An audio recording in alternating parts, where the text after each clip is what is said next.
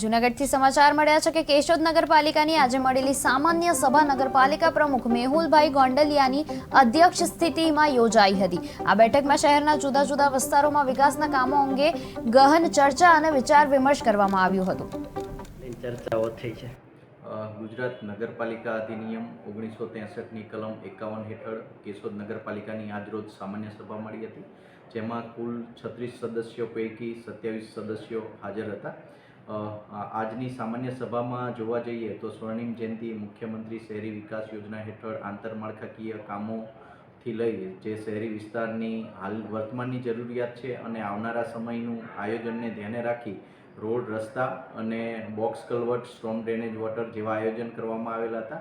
આ સિવાય કેશોદ નગરપાલિકાની આજની સામાન્ય સભામાં કેટલ પોન્ડ ઇન્ફ્રાસ્ટ્રક્ચર ડેવલપમેન્ટનું કામ, ડોગનું સ્ટરીલાઇઝેશનનું કામ, આ સિવાય શહેરી સુંદરીકરણ યોજના હેઠળ શહેરના વિવિધ વિસ્તારમાં બ્યુટિફિકેશનનું કામ, શહેરના જે મુખ્ય માર્ગો છે તેમાં વચ્ચેના ભાગ પર ડિવાઈડર કરી અને તેના પર વૃક્ષારોપણ